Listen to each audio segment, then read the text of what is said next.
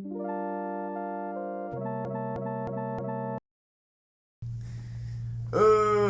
why are we like the same color? I mean, why are we literally like the same color, game? Low key. Like, look at our faces. That's not like that. You're just tan. You're just a dark tan. I got hue on my body. But like your arm is like a different kind of yellow.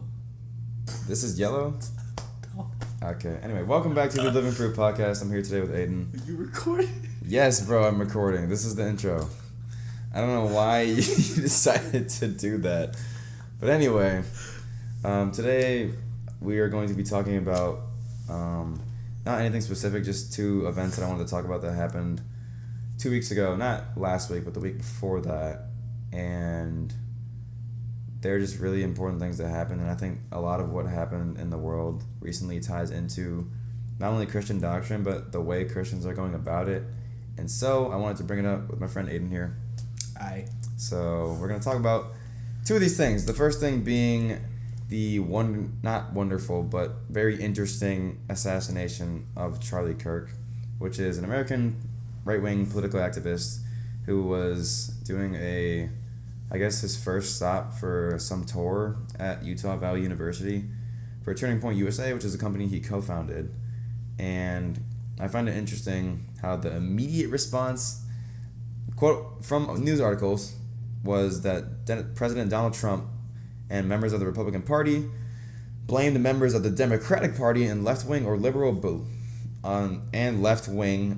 beliefs before a suspect was in custody or a motive was identified.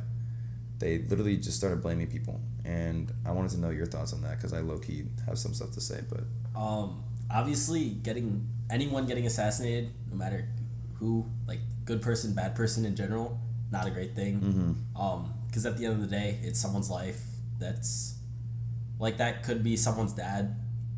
It could be someone's son. Like it's somebody's someone, you know. Yeah. So like obviously taking the life isn't good, and it hurts those that are like close, and then it also like that might have been someone's role model. So you know, like there's a lot of levels to that. And as far as like the whole politicalness, I think that's like another discussion. But I think people need to like be able to express what they want to talk about without being like hostile. If that makes any sense. Like freedom of speech is like, oh yeah, like you could say whatever you want, but then there's still like offensive things and like ways to go about it where it's not like insulting almost. Yeah, what about you? I mean, I agree. I'm like, that's kind of what I wanted to get to, because a lot of people, like, first of all, I don't know your opinion on like how they're framing it, and I don't think people should go about blaming other people. I think we should find a common ground basis for why this thing happened and try to figure out how to solve it instead of going around and blaming whoever for whatever, is my kind of thought process about it. Because I think immediate attention should be drawn to how the act happened. And the same day there was like a school shooting, I think, that happened, and I think a couple of children died. I'm not very too up to date on the specifics. I think 3 or 2 people died. Yeah. But a lot of people were saying, oh, you're not touching on that, but you're talking about Charlie Kirk. But like, there were news medias covering everything. Anyway, I think that we should be paying more attention to the cause of the thing rather than who did what or putting the blame game on other people. But another thing is like, there's so many crazy people on the internet. I have some quotes here from some random individuals that have said, I don't even know who these people are, right? And one person was Brandy Bryant. Apparently this person is a transgender comedian, and they posted on Twitter that breaking Charlie Kirk loses gun debate. And see, part of me wanted to laugh at that, but I shouldn't laugh at that because it's not funny. And his response to some other people in the comment section like berating him for that was that these people openly get off talking about eradicating trans people, and y'all think I got any sympathy for them? Get the F out of here. And first, I want to know your thoughts on that, because I don't agree with that statement, but I don't want to, whatever. Honestly, like, I'm just trying to process the quote. No, you're good. I think this all goes back to like freedom of speech again, because like people are gonna like do and like believe what they want to believe. Like personally, I'm not religious, but like I'm not gonna like, for example, like I'm not gonna stomp on you for believing what you want to believe. Yeah. You know? Like So I think it goes into the same context as this and like the whole Charlie Kirk gun debate thing. Like people are gonna say and believe what they want, but like at the end of the day, you can't change what other people want to do or think. So like if people, like for example, like if people want to be trans, they like, I'm not gonna stop them. It's their life. It doesn't affect me in any way, so I don't see it as like a bad thing nor a good thing. It's just a thing. Oh yeah, that's a fair take. I somewhat agree with that. I do agree that people's lives are their own and that we can't go around telling people what to do. I obviously have different beliefs than you on like what is right and wrong. I'm not here to get into that today. I'm here to mainly talk about this. And so it's like, one thing I noticed about these couple of quotes that I'll also get into is that they're all talking about how they're saying that he deserved it based on what he advocated for. And part of me doesn't agree with that, because I don't think anyone should deserve the way that they get treated based on something that they say or do. Like, this is like a concept in the Bible that they talk about, an eye for an eye, and that was talked about in the Old Testament about how if someone like stabs you or someone hurts you, then you hurt them back, and you take an eye for an eye, limb for a limb kind of thing. And then in the New Testament, Jesus kind of rewrote that, and he said that you, instead of doing an eye for an eye, you should love your enemy and pray for those that persecute you, right? And so all these people are saying that he advocated for gun violence and then he got what was coming to him, blah, blah, blah. Some TikTok user, Angela's rights official, I don't know what that even, or I guess she's a right wing, I don't know.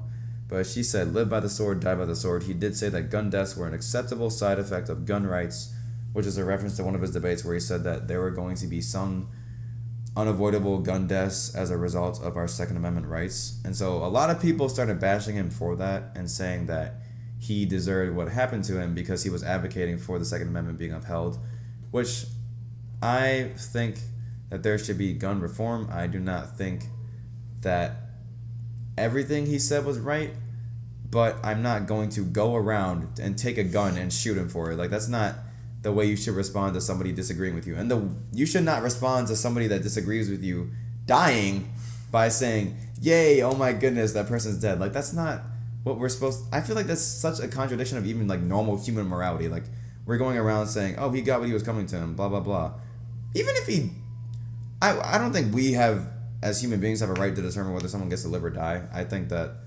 I mean, we have a justice system in place, but I don't think it's our say as to whether someone deserves something or not, because we all have some other deep, dark secrets we're keeping down. And in my opinion, we all have sinned anyway, so we're all going to hell. But without God's grace is what I'm saying. But anyway, I'm like, there's no way you can accurately say that XYZ deserved this and this other person didn't, because in God's eyes, we're kind of all the same people. And even then, if you think they deserve it or if you don't, I think you should still treat them with the same kind of respect that you should treat yourself, right? Like, the Bible says that you should love others as yourself. So if you don't want yourself getting laughed at after you get shot in front of your family, mind you, then I don't think that you should be doing that to other people, because that is not the way you want to be loved, or that's not the way you want to be cared for, kind of thing, is my thought process. Well, you pretty much just said everything that I would have said, but like, the quote resonates with me: live by the sword, die by the sword. Like, the way that I first interpreted that was like, you live one way and you die accepting the fact that you live that way, right? Mm-hmm. So like, for example, like, let's say like a race car driver, right? Like, this guy's like really good at driving race cars, right? Yeah. And like, he crashes and he dies. Like, he lived by the car and he died by the car, right? Yeah. So like, I guess, like, in the sense, like, he was talking about things that he like genuinely believed in. Like, I think he genuinely believed in, like, oh, the Second Amendment's like, you know, like we should keep it, blah blah blah, right? But like, I, like, sure, like, I don't, like, just because he died while like advocating for things that he believed in is like you said, you can't really laugh at that because he was doing more than what most people would do. Like, there's a lot of people that believe in a lot of things, but not everyone's gonna advocate for it, right? Yeah. Like, I think he was just like a figure that was like, some people looked at him as like a great thing and some people just didn't like him at all. But you can't blame the guy for going out there and doing what he enjoyed and like, you know, like talking about things that he believed in, because not enough people do that. Right. I think a lot of it has to be like, people take politics to such an extreme level that it goes beyond their own ability to, not ability to rationally think, but like ability to rationally act in any moral capacity. And they think that they're so right in their beliefs and somebody else is so wrong in their beliefs. Low-key politics is dividing our country more than uniting it. I've never been like a political person, but I think a two-party system is very dumb in my own personal opinion, but that's just me. Anyway, I'm not trying to get into like the nitty-gritty of politics. That's not for this episode. I just want to talk about the situation because I think it relates a lot to what I'm going to talk about later. But yeah, I just find it kind of weird how people are bashing. I've seen like genuine like I've seen Christians, my friends, in their notes like saying that he got what he deserved and blah blah blah. And I'm like, if these people who are living by the same standards I'm living by are going around advocating for this person's death, that he deserved it, that it was warranted, then we are completely going against the whole like kind of core structure that we live by. And it's so weird. It's weird to see that contradiction in my everyday life. It's like someone going outside and saying, oh yes, I love cold weather, I love winter, blah blah blah, and the second winter shows up, they go travel to, I don't know, Hawaii or something like that. And it's like, you just said you were an advocate for winter and you love the winter, and now you're going to a warm place in the middle of winter. Like, it doesn't make any sense. And so in a situation like this, we're supposed to be loving, we're supposed to be caring and like reach out condolences for the family and stuff like that. And the first day that happened, all I saw was just hate comment, mockery, laughing. And it was just crazy to see. I was genuinely baffled. I'm like, what are we doing here? Like, this doesn't make any sense. And a lot of my friends, the friends that are actually living by the principles in the Bible, were thinking the same thing. They were like, how can you stand for somebody that says love your neighbor as yourself and go out and spout about this person that was advocating for something that you do not agree with? Obviously, it's not the same opinion you share, but that doesn't mean they deserve any treatment that you don't deserve. That doesn't make you morally better than them. And I think a lot of people took that moral superiority high ground, at least in that one day. Maybe they're different now, but even then, that one day happened, and they let all their built-up, pent-up emotions like just go on full display on Instagram notes and reels and stories and whatever. So I just found that crazy.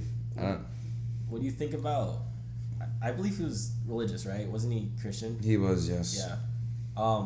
So what do you think of like him like as a Christian? I don't know if that's too deep, but like, no, it's not. I personally have not paid enough attention to him to accurately determine if he is a follower of Christ or not. I never watched like a full debate of his, which is why I'm not going out here bashing anything he said or claiming that what he says is false or not like that. My friends, I've been talking with some of my friends on Reels. I have this one friend that we literally just send like political reels back and forth with each other and talk about it.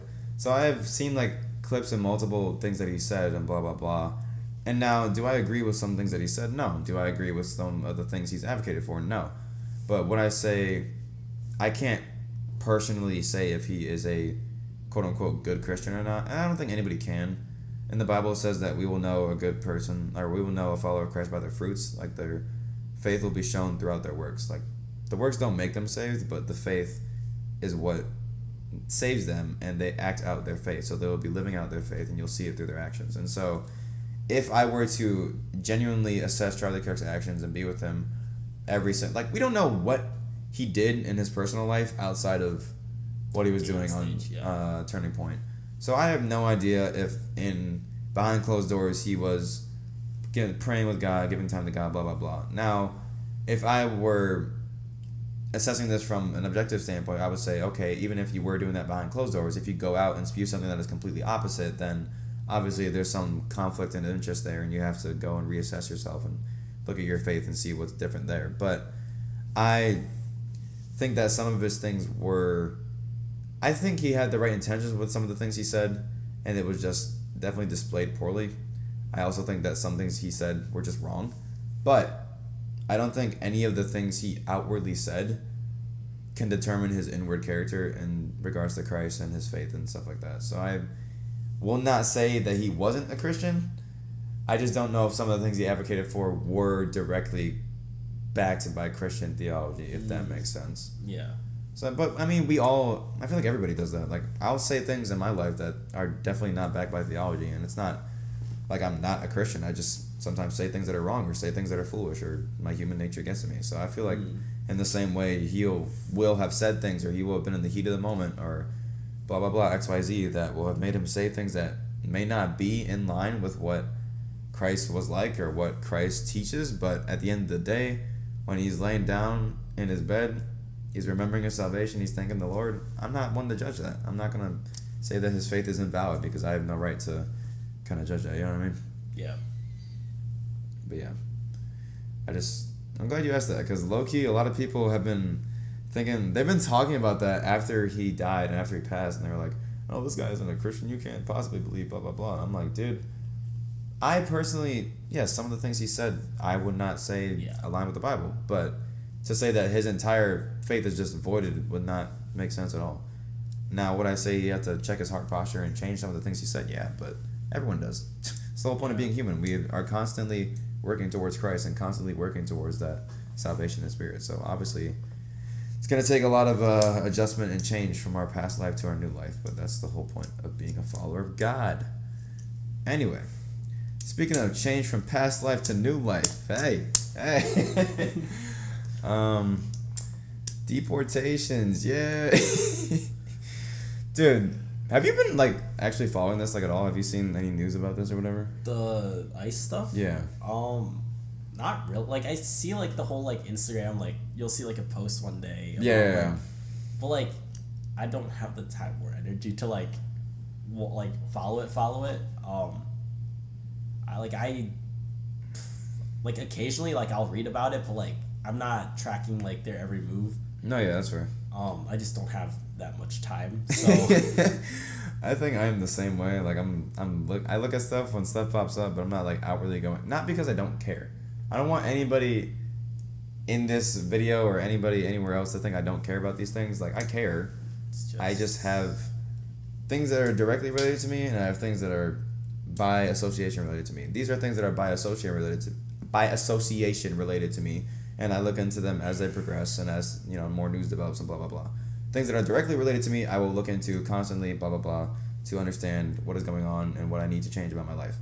And these things I kind of can't really do anything about, which is also another point I'll get to later. But it was saying here, I was reading an article about something that came out recently, September 26, 2025. Immigrants with no criminal record are now the largest group in the U.S. immigration detention, according to data released by the government, which I find is crazy. A former Homeland Security civil rights official said, and this official requested anonymity. I don't know how to say that word. They wanted to be anonymity. I don't know. Anonymity and whatever. They wanted to be anonymous for fear of retaliation. These are hardworking people. These are not criminals. I'm sure the Trump administration is defining criminal really widely to say that if they are here undocumented, that they're a criminal, but these are not bad people. And I want to know your thoughts on that, especially the phrase these are not bad people, and that they're not a criminal kind of thing. So first of all, I don't think this is a new issue. I think. Oh, no, by no means, no. Yeah. Deportation has been, ever since America has been founded. We've always sent people that we don't like away. Mm-hmm. That's just how the system is. But as far as the quote, it says these people aren't criminals. So the way that I see it is,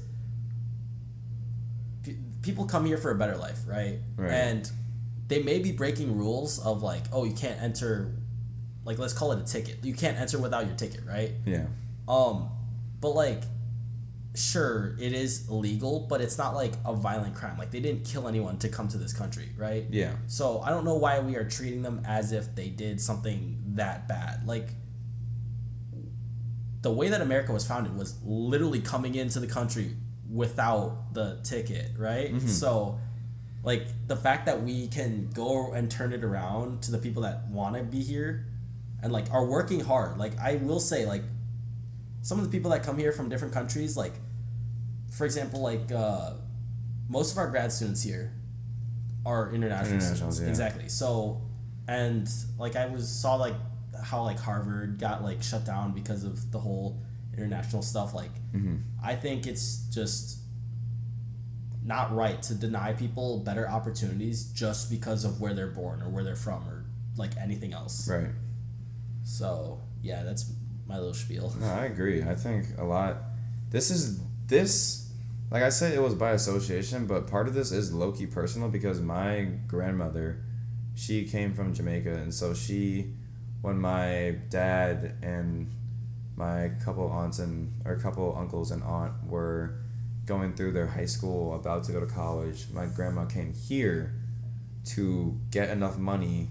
She was working like 2-3 jobs to get enough money to have my family, my dad and my aunts, or my uncle and aunts, come here so that they could have a better life and have a better opportunity than she had. And that then ideology is then passed down to my dad, and he wants to work hard for me so that I can have a better life than he did, and that he had a better life than his grandmother, and so on and so forth. So it's like, if there are people genuinely trying to come here to get a better life, like, I can't imagine if my grandmother was born 50 years later or born like 20 years, 30 years later, and now she's 40, 50 trying to come into America today, and she can't even because Trump is placing travel bans on people coming in from Jamaica to the U.S. So it's like, I can't imagine how my life would be different if my entire family was shifted like 40 years down the line, 50 years down the line, because I literally wouldn't even be here. I probably would not be here.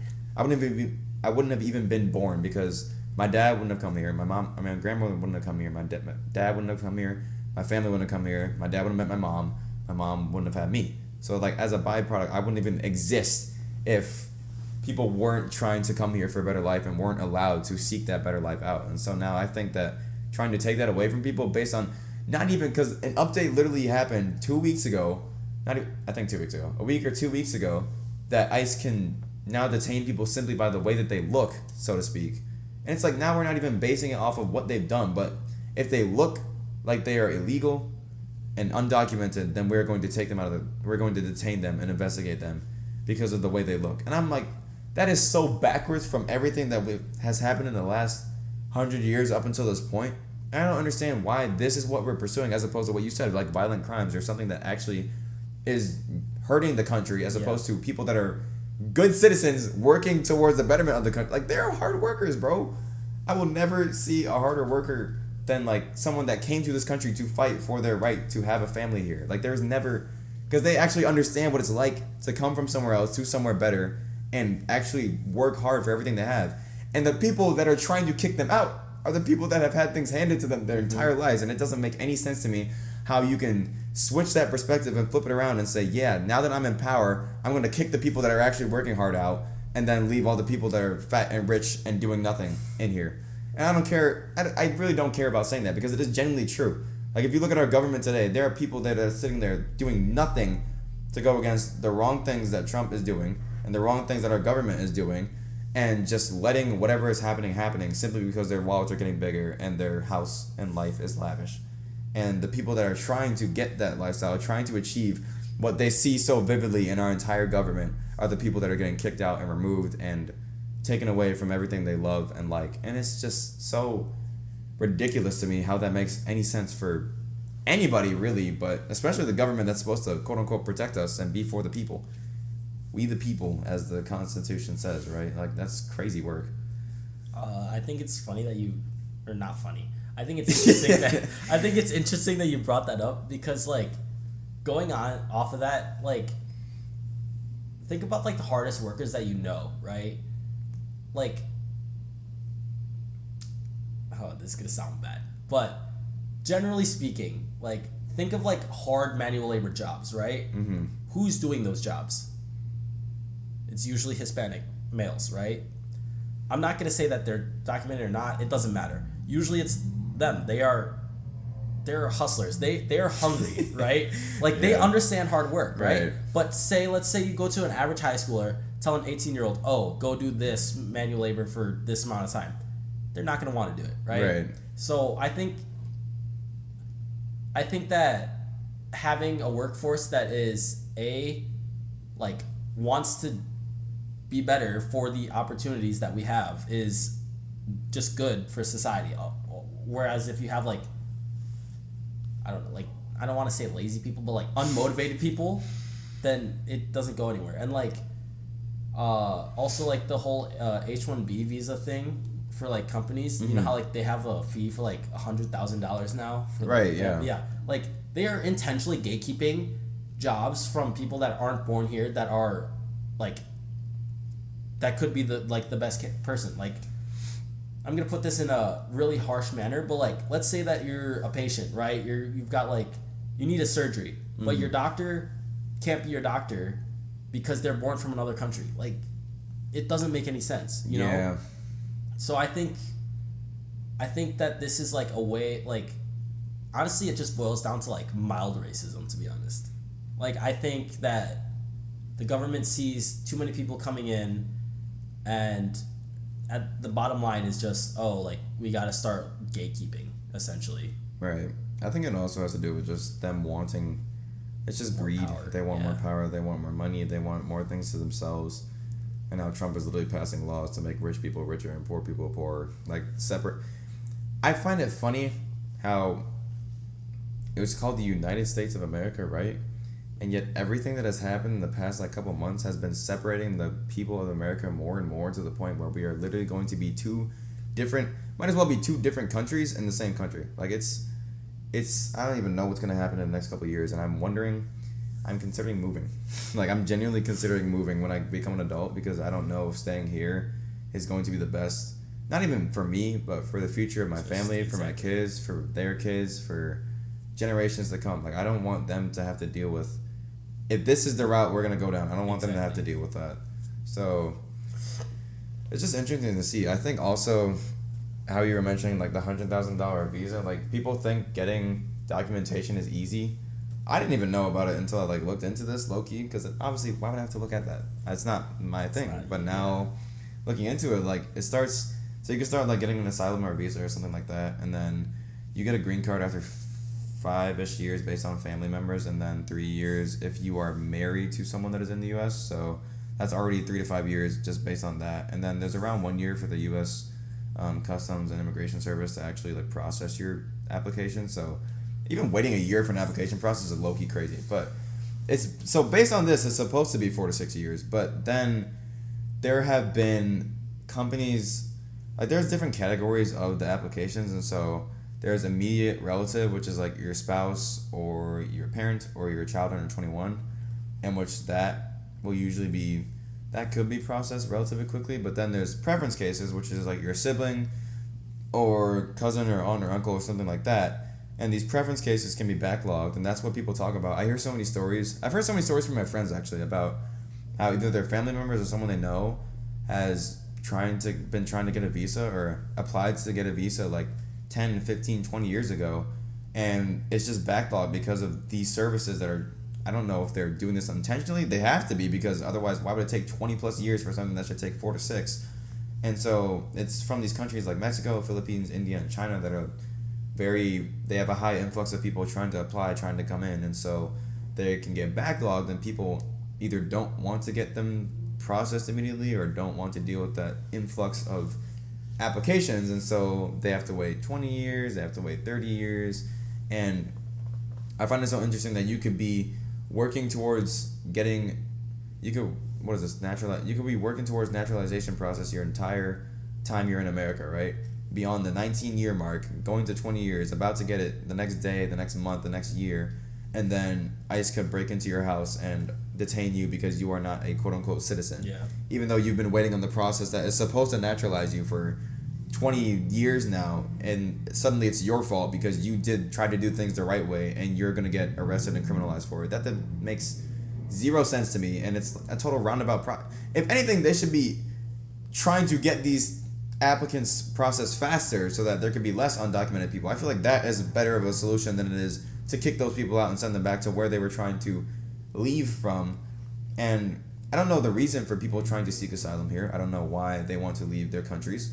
But surely if they had a good reason to leave, they do not want to go back. And so sending them back is like essentially saying, we don't care about your purpose. We don't care about why you came here. We just want more of these things to ourselves. You, quote unquote, broke our laws, so we're going to send you out. And people try and do things the right way, and it doesn't work. People try and do things the wrong way, and it doesn't work. So then there's no other option left for them, right or wrong. And so it doesn't really matter right or wrong. It matters about helping these people. And I don't think a lot of the politicians of today are even realizing that. They're more worried about looks and how someone looks and how they fit into their demographic and profile than they actually care about the people of America. And it's just so weird. And interesting. And I don't think people realize that many people have tried to do it the right way. And I vividly remember having a conversation with a friend like a year ago when Trump was getting elected about they don't want illegals in our country or something like that. And I was like, have you ever thought that they tried to not be illegal and it just didn't work out for them? I didn't say that, but I was like thinking that. I'm like, there must be a reason that they're still quote unquote illegal, because why would anyone come to this country? One, I feel like if someone is coming to this country, you should inform them that there's a process to get legalized. Otherwise, they're not going to know.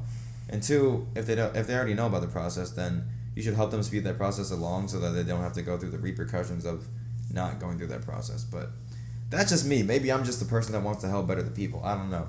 I feel like that's a pretty normal thing to want for people. But I don't know. What are your thoughts? I think, I keep going back to, the whole coming back here for a better life thing because, for reference, all four of my grandparents came here from China, right? This was,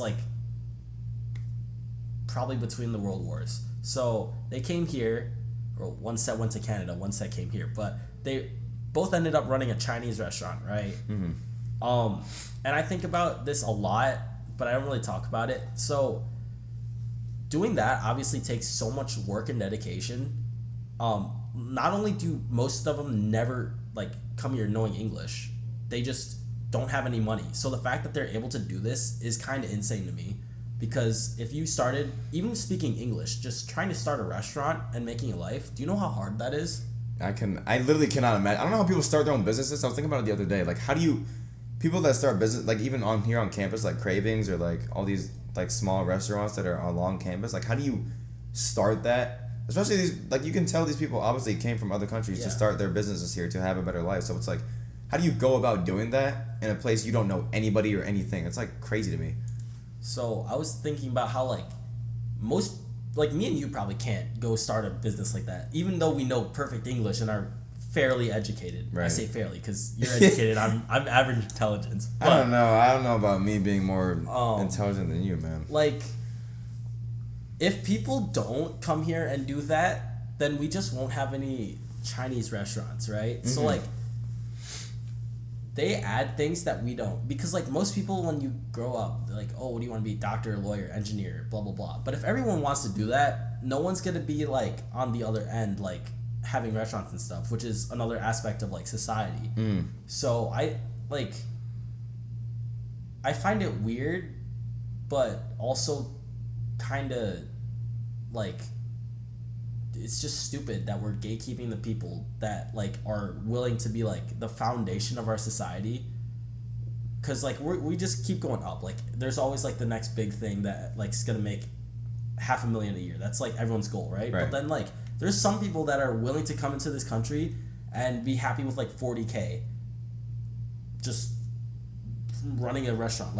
I don't know why we aren't letting them in. And even though yeah, sure, they might not be legal, they're not doing anything wrong. They're actually helping the rich people out, but the rich people don't want them here.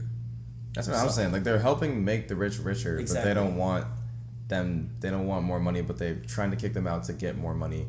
It's literally instant gratification because they get more money in the short term, but without those workers in the long term, they'll probably end up getting less money than they would have had they just kept them there because less tax returns, blah, blah, blah, all that nonsense. Anyway, it's just, I agree, like, it's just so, I don't know how many people came up to me. I remember being at my grandma's funeral, and there were so many people I'd never met that just were explaining how much my grandmother meant to them and how she impacted their lives in one way or another.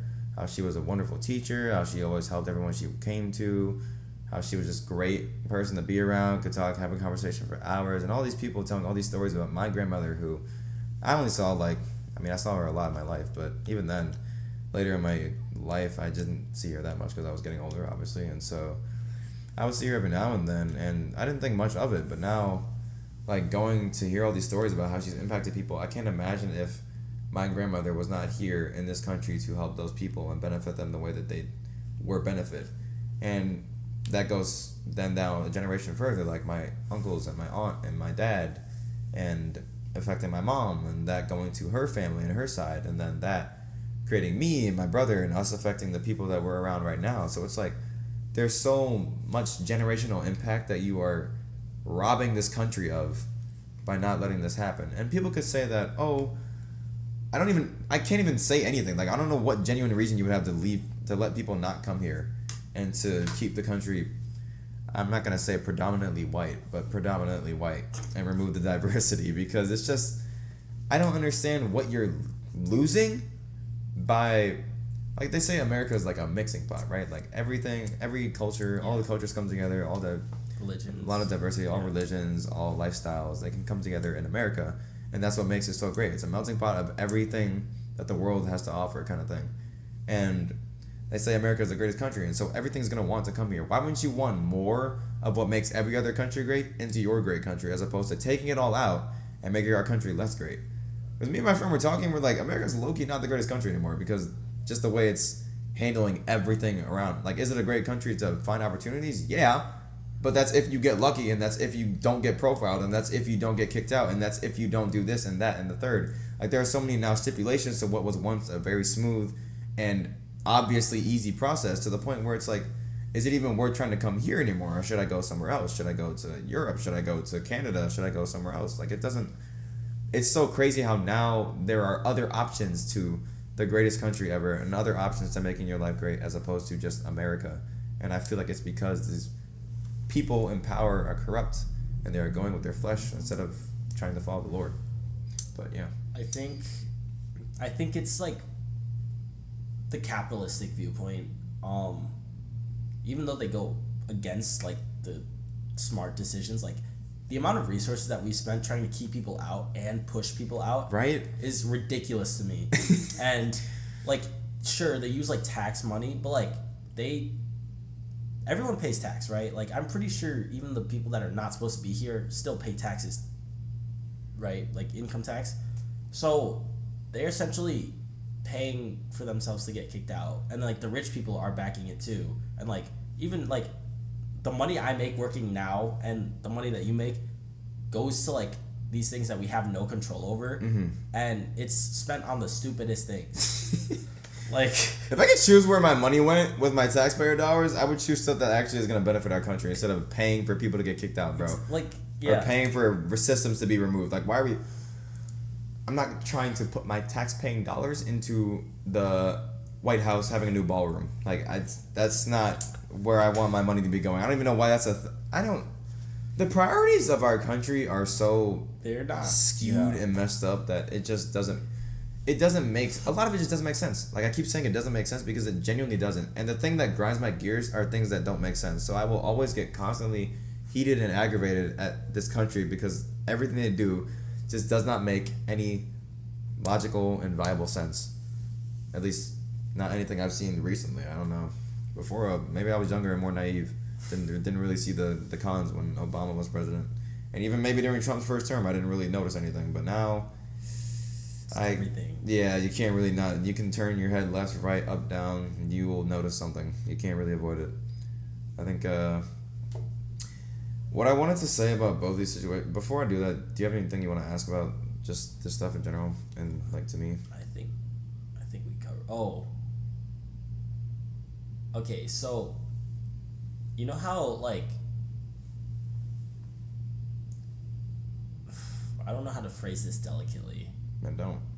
Okay, so you know how like the whole deportation thing is mainly Hispanic people. Mm-hmm. Like you don't see like articles of them like mass deporting like Asian people or black people. It's just Hispanics, right? Mm-hmm. Why do you think that is? I want to think that it is literally white supremacy.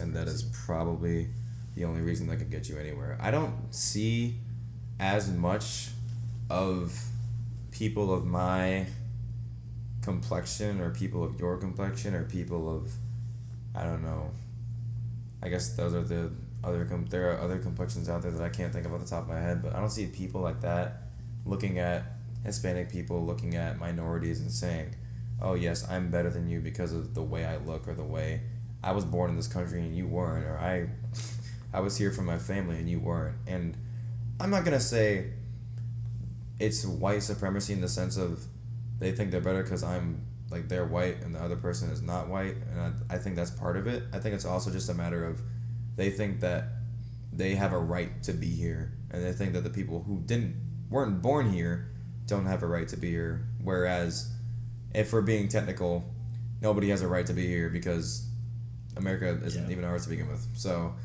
if that is the case, I mean, even so, like, you don't have, nothing you have done in your entire life gives you a right to be in America. Like, nothing, because you were born there, sure, you're a citizen, you're a U.S. born citizen, blah, blah, blah. That doesn't give you a right to have the things you have or do the things you do. Sure, it gives you, like, quote unquote, ability to, like, you don't have to get documentation or visa or anything, but it doesn't make you better than the other person that has to go through that process. And I think a lot of people don't understand the fact that you are not superior just because you are born into a different class than somebody else. And I will never think of myself as more, I try not to think of myself as more than other people that I see either on the street or people that are less fortunate than me or people that are living in different countries, because there's nothing I have done in my own life to get me this far where I have not relied on other people or other things or other, like, nothing I've done where I am today is not from my own work. So I can never think of myself as better than other people because I needed other people to get where I am. I needed everybody who has affected my life, whether it be my parents, whether it be my siblings, whether it be my friends, whether it be people I've interacted to on one-offs along the street or on the sidewalks or wherever. Like, everybody I've interacted with and talked to and made connections with has gotten me to where I am today. I cannot say I'm better than those people because they made me who I am. I can't say I'm better than anybody else on this planet because all of their contributions, whether or not they realize it, has made me who I am today. So even like the situations that happen on the news, like, you'll see a news article and that'll change the way you think about life. You'll see something happen like 3 blocks down from you. You'll see an ambulance and you'll start to think differently about, you know, how safe you are when you go out at night or something like that. Like, any situation affects the way you are and affects the way you think about other people. So you cannot say that you are better than others when others make you who you are, and vice versa. I can't say that they're better than me when they make I'm like a part of their experience as well. Like, we're all should be equal, and that's what the Bible like promotes. We promote equality. We are all created in the image of Christ. We're all created equal as human beings, and so I think that their mindset of supremacy is just wrong to begin with. But I also think it's a matter of heart posture, whether they actually believe they're better than someone or they just want to be better than something.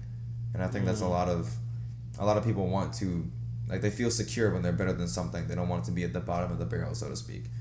But what we all need to realize is that there is no barrel and there is no bottom. We are all just there. We're people living together in harmony as we should be. And if that was the mindset of everybody on this, at least in this country, let alone on this planet, then I don't think we'd ever be in this situation where we are right now. But that's my own spiel.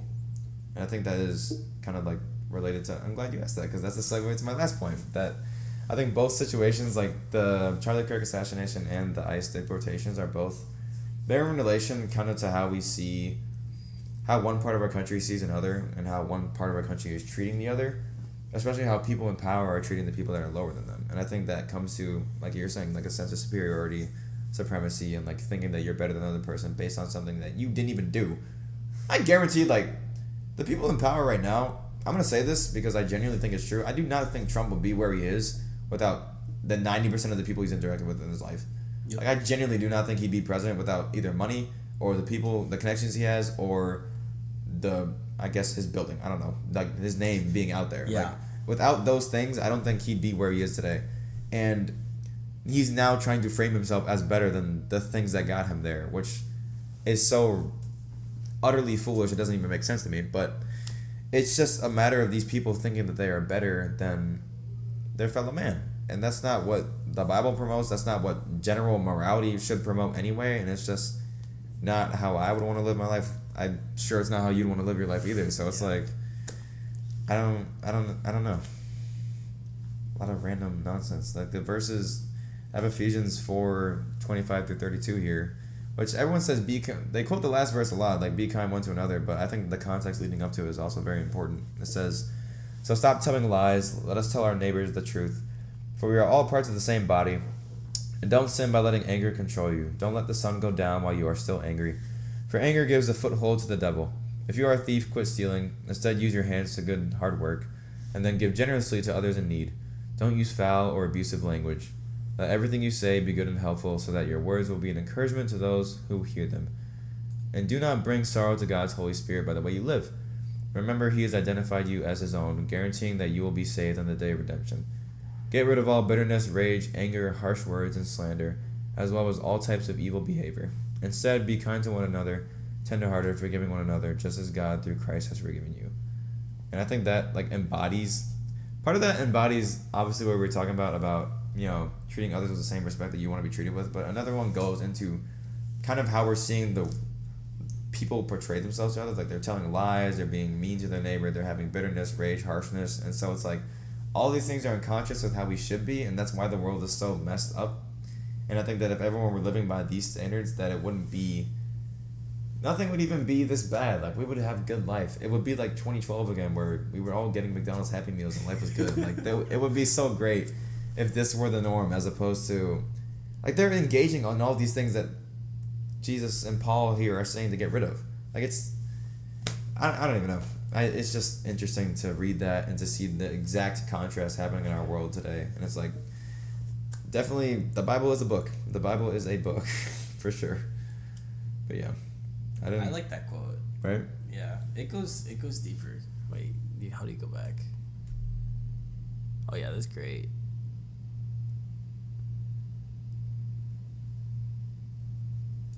No, yeah, no. As a not religious person, that one hit. Right? Yeah. I think a lot of these verses, like, people say that I've watched a lot of video debates about how people think morality is based on, like, it's not subjective but objective, but you can't have objective morality without a basis.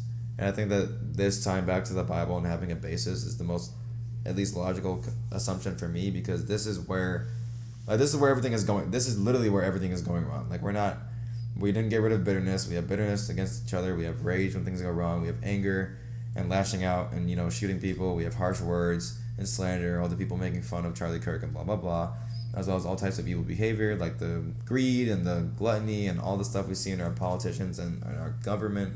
And so it's like all these things are directly relating to what is happening right now. And people are still trying to say, like, this is irrelevant. Like, this isn't, like, any terms for basis of morality. Like I think, obviously, personally, that God instituted morality. But even if you don't, reading the Bible alone, even if you're not, like, believing in God, I think will make your life better just because of the morals that it teaches, at least the New Testament. Old Testament is definitely more of a hefty read, in my opinion.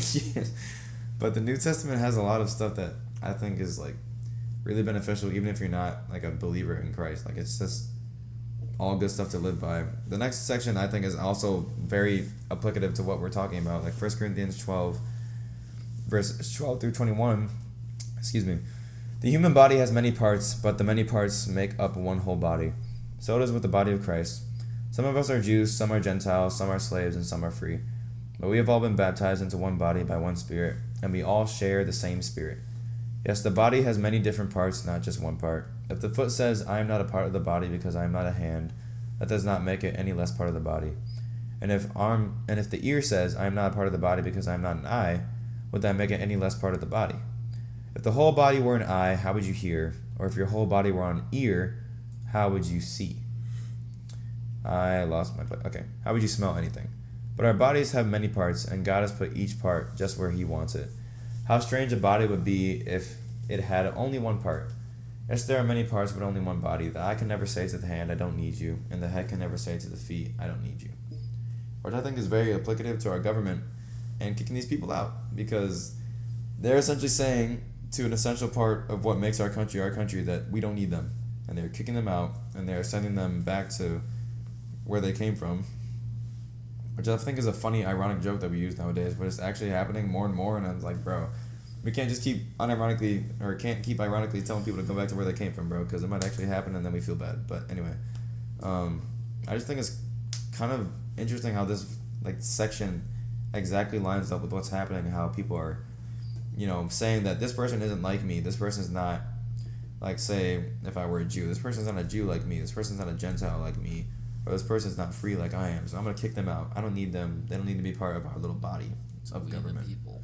Right. We the people. So I think it's this is where we're going wrong. If we treated everybody as if we're all part of one, which is why I'm saying I don't like the bipartisan system. I don't like two parties in our government, because it's saying one group is not like us, when in reality we should all be for the betterment of the government. We should not be trying to push a party to be better than another party. We should not be trying to break a party down and blame another party for a tragic event that happened. We should be trying to look for the source behind the event and saying, okay, maybe instead of, blaming the Democrats for this, blaming the other party and trying to make ourselves look better, maybe we should just drop the act and try and solve the problem, as opposed to, letting this drag on for 15 billion years and making it worse as a result. I don't think, if a lot of people were adhering to this, then there would not be any reason for the kind of uproar or hate or bigotry that you see every day, even in relation to the Charlie Kirk stuff or the ICE deportation stuff and stuff like that.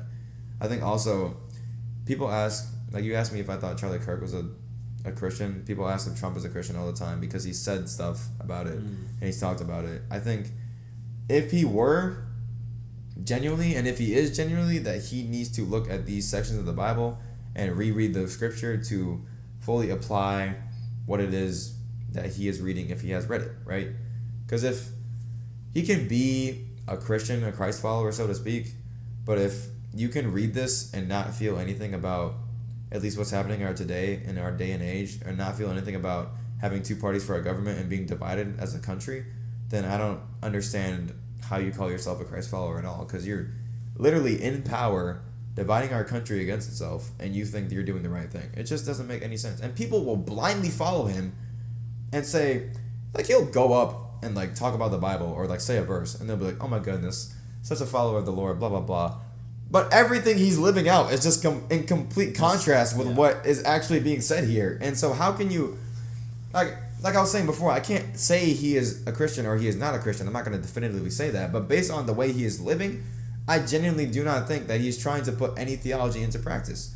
Now, I could be wrong. I could be completely wrong, and he could trust the Lord with his life, and he could just somehow be making every single wrong decision. But that's more of being a fool than it is being wise. And Proverbs talks a little bit about wisdom and foolishness. And so it's a lot more, if he were a believer, he would know this stuff, and that would be actively choosing to not look into it more to make the right decisions for the Spirit. So that's worse. I mean, there are literally, there's literally Bible verses about it being worse to know the truth and not do it, as opposed to not knowing and not doing it. So it'd be worse if he were genuinely a believer, knowing all this stuff is in the Bible, and still doing what he's doing today. The opposite, yeah. Yeah, so I genuinely pray that he's not, which is a crazy thing to say, but I think it would be so much better if he genuinely wasn't, as opposed to if he was and he's still doing this stuff, because that is much more of a worse omen for how we're going and how the followers of Christ are looking, as opposed to whether they're just following someone who is just blatantly lying. If they're following someone who is actually a believer and still doing the wrong thing and guiding them towards the wrong thing, that is so much worse than following just a non-believer. And so I pray and I hope that either one, things just turn around and that things get better, or two, that what he has been saying is a lie and he is not actually a believer, which is again a crazy thing to say.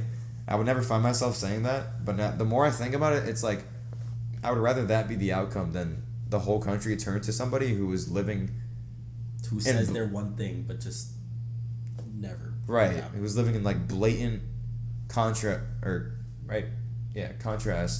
of what they're supposed to be talking about. But yeah, I don't know if you want to add anything to that or whatever. You got it. I think it's just weird. Like, if you, like, let's say you were just, like, trying to, I don't know, you're trying to start a business, right? And you were promoting that your business, I think this is funny because working at Caterpillar, they had this one phrase that's part of their ethics. It was, like, win the right way. And now it's like a meme in my head because everyone just started talking about it at work. It was the funniest thing ever because we were playing volleyball tournaments and stuff like that. We'd always be like, win the right way and stuff like that, blah, blah, blah. So now it's just stuck in my head. But let's just say you were starting a company and, right? Well, because beyond that, like, you could win the right way. Like, for example, like, being college students, right? Like, we could ChatGPT our entire degree, right? But we're not learning anything, right? Mm-hmm. And it's like like, recently I have been more real with myself in like doing better, and I like find that not taking shortcuts makes me feel a whole lot better, even though I'm doing 2 maybe 3 times more work on just like myself or like an assignment or just anything in general. Mm-hmm. But like I feel better than taking the shortcut, so I like the win. Right. Yeah. Win the right way. Win the right way. Let's say you were starting a company with that slogan, and then someone comes along, or you like make a whole kind of like contract, so to speak, of all your compliance and ethics things, and you can't copyright stuff, and you can't copy people's work, blah, blah, blah, stuff like that. If you had someone come into your company and claim that they were going to live, like sign a contract saying that they were going to live by those standards, and then they were going around publicly not living by those standards, but like when they were around you, they were like, oh yeah, I live by those things, I did that, blah, blah, blah, just like doing lip service to you, how would you feel? Like low key. Honestly, I'd be like pissed off because like if they're like being around me, if you're one person and then like out there you're a completely different person, like you just like change the way that you are just for me. Mm-hmm. Like it goes like it might not even be like a company, just like in general. Like if you have like a friend that's like one way with you but completely against everything that you like not believe in, but like just like someone you wouldn't talk to, like not with you, mm-hmm. then that's low-key an issue, right? So like I think we could both agree that like we have known people that are like one way being around you, but then like a completely different person around different people, right? And so like it's just no, like I hate that, to be honest. No, yeah, I would think the same thing, and I think a lot of that is exactly what is happening right now. Like if I am trying to follow somebody who is living one way in front of me and living a completely different way in front of other people, like I feel like, I'm not going to say that, but I feel like Trump literally just says whatever people want him to say in the moment, or whatever he says, whatever he thinks will get him good publicity, like good credit points in the moment, and then he'll just go do something that is completely against what he just said. Like he will live one way in front of the camera, and off the camera sign an executive order that does exactly the opposite of what he just said he was going to do. And so it's like, I would, like you said, I'm upset at somebody I'm supposed to be following and is supposed to be leading our country is doing that.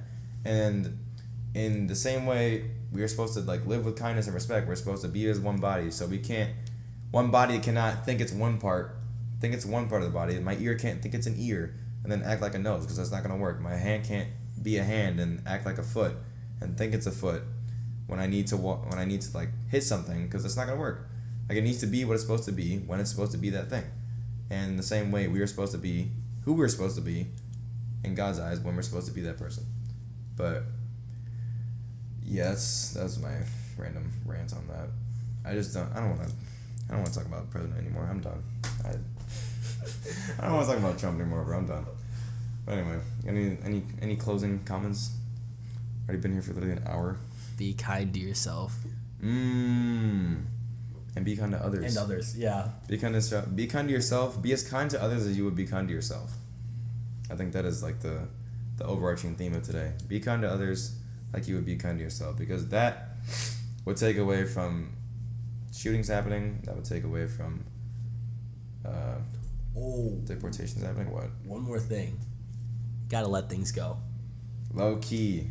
Bible does talk about not holding grudges. Yeah. Don't hold grudges, because God will hold the grudges for you. He'll get his get back. Don't even worry. So literally just take it with some... There's one of my favorite verses is 1 Peter chapter 2 verses 23, I think. It's talking about Jesus and how he didn't seek retaliation for his suffering. He just trusted in the Lord, who would always judge his life fairly. And so Jesus never wanted revenge for any of the treatment he got. He never asked for any, compensation or anything to happen to the people that treated him wrongly. He just left it all up to God, and it worked out. It all worked out. We're all here today. We have an offering for salvation. So it's like, let these things go and let God do the action and the talking, essentially. Like if this were good cop, bad cop, you let God do the talk. Let God do the talking. You just sit there and be good cop. You know what I mean? And that's like kind of the idea behind that. But yeah, that's about it. Hooray! Yeah, that's all. See you guys next week. I don't know what I'll do. It's maybe, I don't know. We'll see. But yeah, I'll see you guys next week. Take care. Stay blessed. Say something. Okay. Okay, we're done. All right.